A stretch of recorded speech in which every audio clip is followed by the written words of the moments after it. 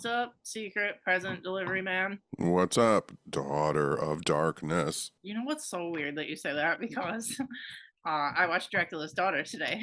Oh, wow, there you go. I know. It's good. It is good. You know what's messed up though? That because I think is it your favorite movie? It's one of my favorite movies. Don't you think I feel like that lady has my fucking face. Oh, Gloria Holden, I can see that, yeah. Yeah. Like when I watch it, it's like weird for me. Well, if you think about like her henchman, it's kind of you and me. I know. Like that weird creepy guy that hangs out with You're her. the guy with the eyebrows and the weird hair. Yeah, yeah. Yeah, so I watched that today. I think more people would watch that movie. I don't know. There's no other way to say this. I think more people would watch that movie if they realized how openly gay that movie is. Oh yeah, no, I went to Letterboxd right after and like logged it, and one of the first reviews was like, "We stan a repressed goth lesbian queen." Yeah, for sure. 100%. Yeah, the part where she takes Lily or Lily gets it is like very like they're gonna make out. Oh yeah, for sure. Yeah. And if you watch it, it begins right where Dracula ends. Yeah. Like you could literally just blend the two movies together. And it's weird that they never talk about Dracula. Well, she says I'm Dracula's daughter. But I mean, like, she has a different name. Yeah, she does have a different name. But it was crazy how good it looked. Have they like whatever it's called? Yeah, there's like a 4K Blu-ray. They rescanned the negatives and everything. Yeah. Yeah, like I honestly had to look up the year because I was like, is this from the fucking 60s? And I said it was from the 30s. I'm like, why does it look so good? 30s. It looks really good. There's some early color films, horror films from the 30s that have been like scanned, and you would be like, is this a period piece that was made in the 60s? Because it's in color. Yeah. But nope, it was just they were shooting on high film stock and they had good grain and it looks great. Looks great, crazy. But yeah, so I watched it on Pluto, and then directly after I switched over because Titanic was starting. So it's like I watched our movies like right in a row. It was like a Jesus Christ. John Tenney, Jessica Knappich double feature. But anyway, you brought over a present today. That's why I called you Present Lord or whatever I fucking said, because it's Toadie's birthday today. Bow, bow, bow, bow, bow. Comfort Lord, Toadathan, Coco Loco. And you know what's really crazy is my father is back in town. Mhm. He had his final checkup with his doctor. Everything is great. He has no movement or weight restrictions. He can do whatever he wants to. Mhm. My dad is on this kick right now. He is preparing for winter by having me drive him to thrift stores, Goodwill stores, and garage sales and buying DVDs. I mean, that's fair. Yeah, so he's bought 50 in the past 2 days. Oh my God, give me some.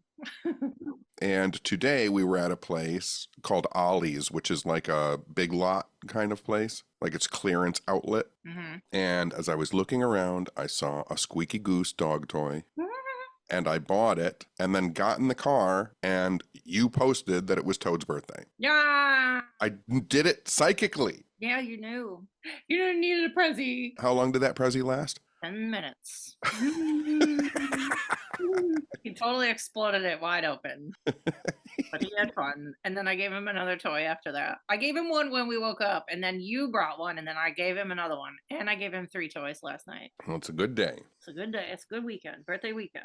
I'm going to take him for a drive tomorrow, too. The shelter that I got him from, I'm taking my dad there tomorrow because this is sad, but my dad has like 2 older doggos. One's 13 and one was 12 and a half, but it passed away earlier this week, which fucking sucks. Mm-hmm. And he was like all sad, and I was trying to fix it because that's what I do. And we were kind of texting, and I'm like, I'm not going to send you anything without knowing that you're ready, but I follow all the rescues and I'm close with Toad's rescue. So like when you're ready, I will start shooting you dogs if you tell me what you want them to look like. So he's like, no, I'm ready. He just like writes back right away. He's like, no, I'm ready. He's like, show me the dogs. I'm like, all right. So I like instantly like right in that moment there was like he likes a very specific type of dog. He likes like what are they called? Herding dogs, like collies, border collies. Like lassie dogs? Yes. Runny dogs with pointy faces. Runny dogs. Like they're melting. Yes. Yes. Like they run, they nip people's ankles. But there was like 3 dogs at the rescue who look like that. And I shot him to him and he's like, I want all of them. I'm like, oh my God, he's gonna take a couple. So anyway, so we have to, I mean, you can come if you want to, but I still have to bring the giant box of stuff that we got from our win a date contest. We we bought a bunch of supplies for the rescue. So I'm gonna take my dad to see the dogs tomorrow, and I'm gonna bring the giant box of stuff that we are donating. Cool. No, I have things to do with my father. Yeah, I figured. It's early too. I have to get up early, but it's gonna be cute. I'm excited. I hope it works out. And the other cute part was of the three dogs I showed him, one was one was two, and one was seven. And he's like, I'm thinking he's gonna want the 1 or 2 year old, and then he's like, I think I want the 7-year-old. Nobody's gonna take it. And I was like, oh my god.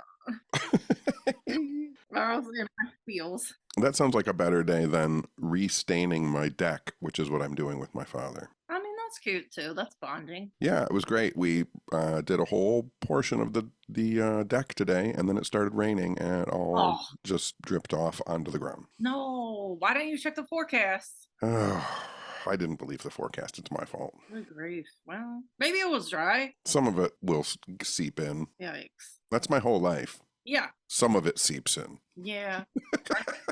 Running dogs and seeping fucking porches. And my dad got me a gift. He got me a 350-pound steel antique safe. Yeah, literally without asking, just brought you a old safe that he couldn't get out of the car. Nope. He found it at an antique store, and he had 3 guys load it into the back of his minivan for him. And then he got to my house, and I unloaded it by myself because of my enormously underappreciated superhuman Tenney strength. Yes, you are very strong. I'm getting weaker. I blew my shoulder out so bad. My God. Well, you shouldn't have picked that up. Well, you know me. I got a lot of hate in my chest, and I get it out by being strong. Okay, Danzig. What? You don't have hate in your entire body. I really kind of don't. You don't.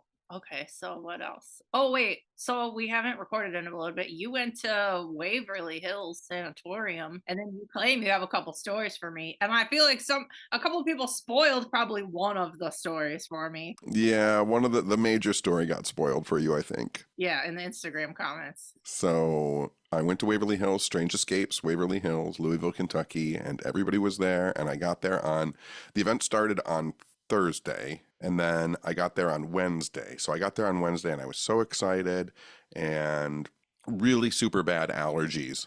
And I got off the plane, and I was like coughing because like it was just pollen, like it just changed. And I got to the event, and I started talking, and I was having so much fun with everybody. And then Thursday I woke up, and I couldn't talk. That's so crazy. By Friday, which my lecture was supposed to be on Friday, Richard Estep filled in for me. But on Friday, I literally could not talk. I had no voice whatsoever. Jeez. It was just gone. Like, the best I could get out was, "Hi, my name is John." Like, that's it. You could have done a campfire whisper lecture. It was terrible. All the people were there. All the Pates were there. You know me. I'm Chatty Cathy. And I was like, and this is literally, I was like, when I would push it hard, I would be like, "Hey guys, how are you?" It was the weirdest thing ever. And then Saturday, it started to come back. Sunday, completely fine. What the fuck? It was never sore. It was never itchy. I didn't cough, like nothing. I know. It's like, I don't know. I feel like somebody in the comments was like, "Oh, yeah, he lost his voice, and that was the only disappointing part of the weekend." And I just wrote back, "He is but only human." Like, what do you want him to do? Sorry, it was disappointing. It was so strange. I was freaking out so bad because I've never lost my voice ever. Not even when I was a little kid. I feel like you've gotten like maybe a little bit of it lost at like Paracon or some shit before, but not all the way. No, at Paracon, my voice gets tired. Yeah. And there was one year where I sang karaoke and blew it out what I had remaining, and the next day was pretty scratchy. Yeah, I think that's what I'm thinking of. But I never have lost it completely like I did at Waverly. But anyway, good time was had by all. Saw a bunch of Pates and friends. Walked around Waverly Hills with a bunch of cool people. Got put in the death tunnel again. Yikes. Which is great and fun. Death tunnel. Death tunnel. 5 stars. Death tunnel. There was a bat in it and a Beanie Baby at the bottom. 5 stars. Oh my god. Well, wasn't there another story? Well, I think that was really the only one. No. Oh, are you talking? Oh, yeah. So we purposely, when we tell stories on here, Yep. We purposely will sometimes not use people's names. Right. Yeah. Yeah. We have to. Well, we're gonna tell the story, but we won't tell your name. Yeah, we're not going to out anybody. Yeah, but we gotta talk about it. And if you're not telling me, this is something else people should know. If you Mm. listen to the podcast, you know I have no secrets. Samesies. I do have secrets, but those are when people tell me I have a secret and then I keep their secrets. Yeah, but if they tell you something and it's in a public setting and they don't say, okay, don't tell anybody, then it's gonna probably get repeated by us. It's open. It's open. I'm just going to talk about it. Or blabber mom. So I guess, and I'm still trying to remember this situation, but I guess a couple years ago at a paranormal convention, and I talked about it on this podcast, I talked to a woman who asked me really what I thought were really odd questions. And I think the questions that she asked me were about like people I was dating, like the last time I had sex, stuff like that. And that's why I talked about it on the podcast, because it was just, it's fine. Again, anybody can ask me anything. I don't have secrets. It just was weird. And so I talked about it. That person came to the Waverly Hills event and confronted me on how embarrassed they were to hear that I had discussed that conversation. And now I'm sure if she still listens, even more mortified that I'm talking about it again. Quite literally, I don't remember anything we fucking talk about on here. People bring stuff up and I'm like, oh, I didn't even know that I said that out loud, but I don't remember talking to you about that. But yes, I feel like that would be outside of what people normally say to you at events. Yeah, and the thing is, again, I don't mind. And I mean, I think it's weird that those questions get asked, but like I talk about everything. Right. And so I told her, like, don't be freaked out about it. Like, it's not weird. It's just, I talked about it because I need things to talk about on this podcast. Yeah, I feel like I didn't say her name. Grow up. Hey, that's what you get. If you say weird stuff to us, we're probably going to repeat it, especially if you make us feel kind of weird. That is true. That's true. Well, here's the other thing, too. It's not even that I felt weird. It's that when you have conversations with people, a lot of times, unfortunately, conversations are slightly dull because people have a tendency to talk about the same things. That conversation she had with me at the Paracon was unusual enough for me to talk about it on the podcast. That's actually a good thing. I guess. Don't invite that from other people. No, I guess. Yeah, whatever. The drinks are flowing at the para events. We're all fucking crazy. People are gonna say some shit. And I think that's it. Then I came home. Then my dad came for his final test results on Wednesday. Yeah, I came home on Sunday, and my dad was here on Wednesday. Yeah, I felt like you were back really fast. I actually think now, just quickly back to my losing my voice, I think, and I'm not putting any blame anywhere, I think it might have been something in my room, my hotel room. Gross. Because as soon as I got home, it was gone. Yeah, I get that on road trips sometimes. Those like blower things in there will fucking make your throat and your nose all weird. Yeah, and in like a 150-year-old hotel, like when's the last time they cleaned the air ducts in that thing? Never. And you got people's air semen floating around in the vents and stuff. God. No air semen. The 150 years of farts get into the ventilation system. Just went right in your throat. Right down my throat. I'm gonna switch gears from the air semen. That's okay. I watched, finally, it's been out for a few months, but I watched found footage kind of faux documentary, Frogman, about the Loveland Frogman, and it's so good. Frogman. Yeah, so I put it on my best of the year. I thought it was so good. It's very wholesome. I feel like most of it's very wholesome. Like it had big Blair Witch energy, like friend group goes to fucking, small town. They're messing around with each other. They have like, I don't know. They like do a really good job at like doing the backstory, and like me and you like have been to so many small towns and weird hotels and weird little areas where you get there and you ask the hotel person like, hey, where's the fucking weird thing? And you know what I mean? Like it had all of that vibe. It had like the cute little area and the weird hotel and the, local legends, and it's all practical effects, and it's short running time, and they're already making another one. They announced that they're making a second one. So you guys should watch Frogman. It's so good. I will watch it. I loved it. And it's crazy because though I was already sold. I was already like, I love this movie. It's great. Everything I've seen is great. And then it kind of goes in a different direction. And I'm like, now I love it more. Like they did did a lot with it. Like, I think it's so impressive. Well, now that you're bringing up horror movies, did you know that I'm in one of the newest released horror movies? Oh God, I saw that in your tweet. I don't even know the name of the movie that I'm supposedly in. We talked about last week on the podcast, we talked about In a Violent Nature, which was my biggest letdown of the year so far. And somehow the internet AI gods put together the words your name and the movie name because we talked about it. And some weird website said that you're in the movie because AI smashes facts together and spits them out. Yep, it says that the big twist comes when I enter into the film at the end of the movie. That's so ridiculous. You haven't even seen it. Nope. End of the world, people. AI is such a disaster. I'm going to use that to put an IMDb credit for myself. Do it. I read it on the internet. It must be true. People would be so bored to death during that movie, they wouldn't have noticed if you were in the background or on the side or something anyway.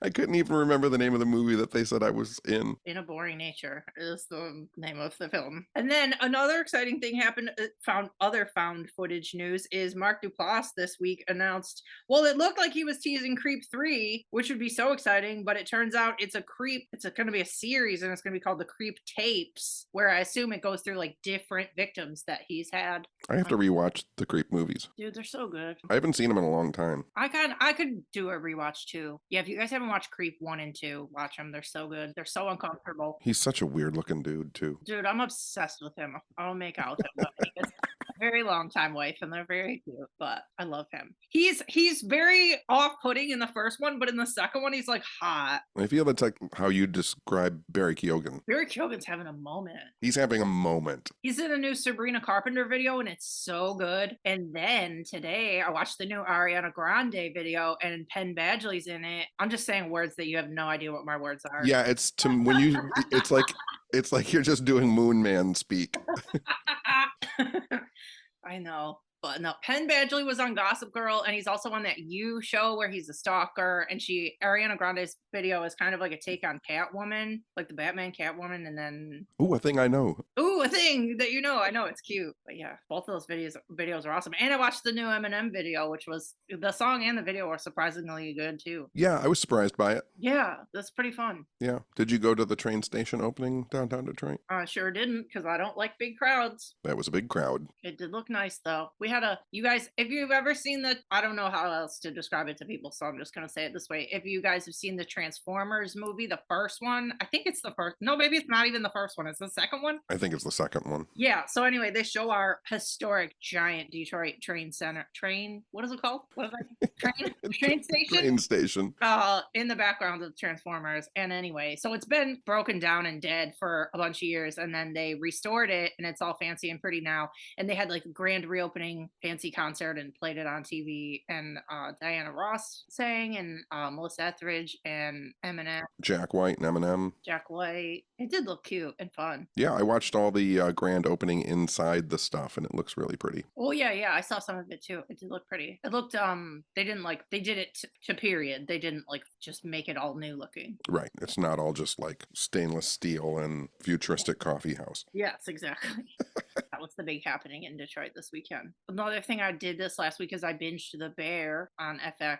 I know I'm really late to that party, but I knew it was going to be stressful for me because I've worked in restaurants and kitchens and fucking waited tables and all that. And I'm like, this is going to be PTSD. And it was. It certainly was. Yeah. It's very just like them in the weeds the whole fucking time on every episode. And you're freaking out and the tickets are coming out of the printer and everybody's swearing at each other and cutting themselves. And but it was good. The new season starts in a couple weeks. I'm excited. So they showed the absolute chaos of the kitchen.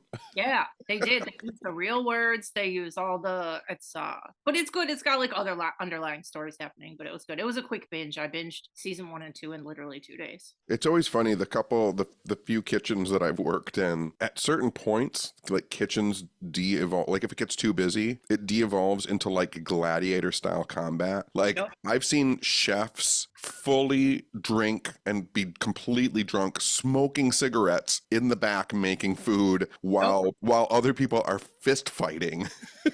Yep. And then you go to the front of house and you go to the front of house and it looks fine.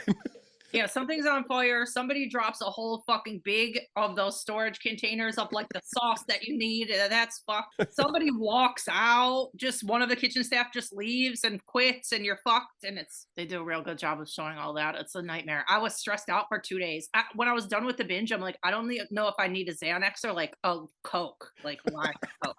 I'm like, what is going on? Oh, I've seen a lot of that in kitchens too. I know, like the energy was so that I was actually surprised they haven't hit on that as much as like they could have. Well, they did, I guess they did a little bit at the end because they found one of their new line cooks in the back, like literally doing meth in the fucking alley. When I worked at Jonathan B. Pub in Oakland Mall, I walked into the kitchen and the chef was doing cocaine. Oh my God. Like off of like where you prepare for the food. Oh my God. And so I turned around and walked back out and I went to the manager's office and I knocked on the door and the manager opened the door and I was like, and I'm not saying anybody's names. I was like, so-and-so is doing some coke in the kitchen. Mm-hmm. And the manager goes, yeah, did you need some? Oh, And I was like, oh, he gets it from you.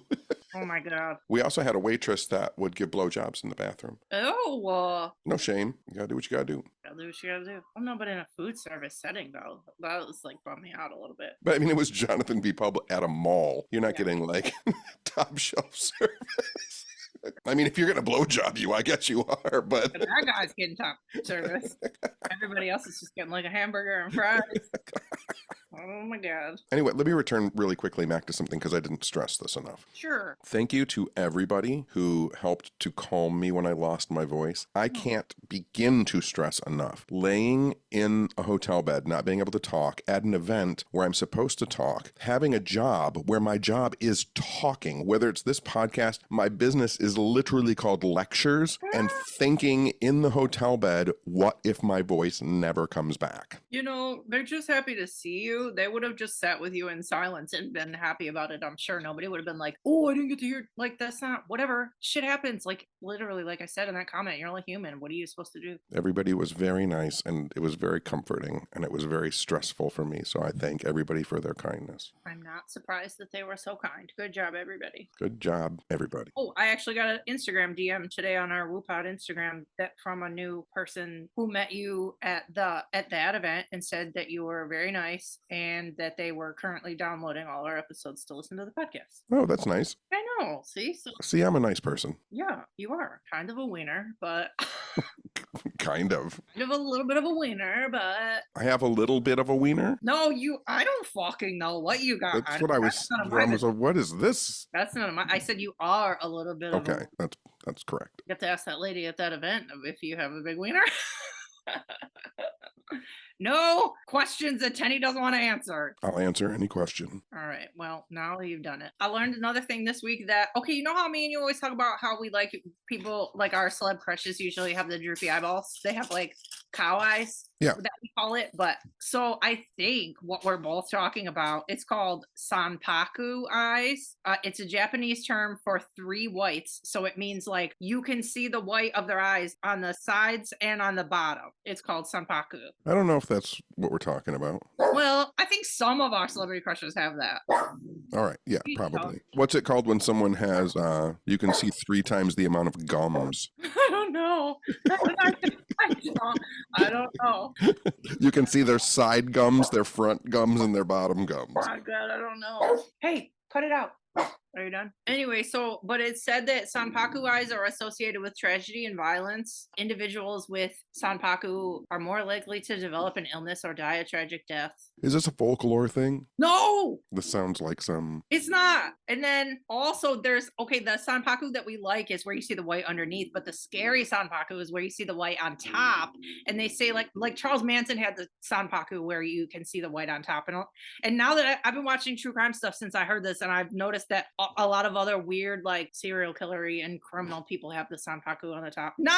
Listen, if you guys at home have it on the top, I'm not saying, or if you have it on the bottom, that doesn't mean that you're gonna die a tragic death, but I thought it was interesting, so now I'm obsessed with it. Oh, and then the thing where you I'm trying to explain it, sorry, but Yeah, no, but this is how you explain things. I know. So the thing, okay, so when you can see the tops of it, I guess it does something to your brain, and it tells your brain that person is like not, it's, I don't know how to describe it. It's like a danger thing. So when you can see above somebody's eyeball, it like makes your brain think like something's wrong or something's scary. So I read that like if you're ever in trouble or like, you know, I don't know, somebody's trying to kill you, or if you're in a fight, I don't fucking know. You're supposed to make your eyes really, really fucking big so that they can see the whites around your eyeballs. And that tells the other person like, whoa, this person, whoa, whoa, whoa. This person, whoa.